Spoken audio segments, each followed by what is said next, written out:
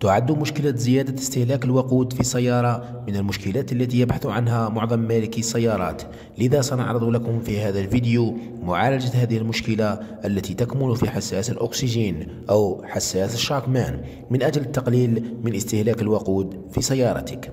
لقد أدى التطور التكنولوجي الكبير في عالم السيارات في الفترات الأخيرة إلى اعتماد العديد من السيارات على التكنولوجيا بنحو كبير، وهي متنوعة بين أجهزة استشعار وغير ذلك من الوسائل التي تقلل من نسبة تعرض السيارة للأعطال.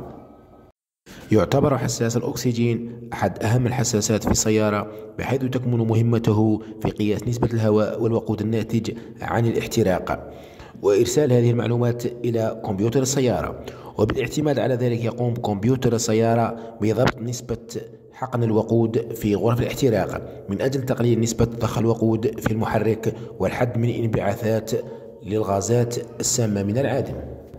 ويتسبب تلف حساس الأكسجين في عدم تلقي كمبيوتر السيارة نتائج قياس نسبة الهواء والوقود في نواتج الاحتراق، وهذا بالتالي يؤدي إلى زيادة ضخ الوقود من أجل تجنب أي نقص في أداء المحرك. بدوره يؤدي ذلك إلى رفع استهلاك الوقود، فمعرفة كمبيوتر السيارة نسبة الهواء والوقود المتبقية في نواتج الاحتراق بفضل حساس الأكسجين الذي يعمل بشكل مثالي يساعد في تقليل ضخ الوقود الزائد، وبالتالي يخفض الاستهلاك.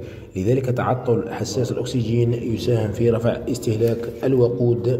توجد بعض الأعراض التي تعرفنا على تلف هذا الحساس، مثل ارتفاع صرف الوقود أو أن تضيء لمبة المحرك تشيك إنجن على تابلو السيارة، كما يمكن أن يخرج دخان أسود من عادم السيارة.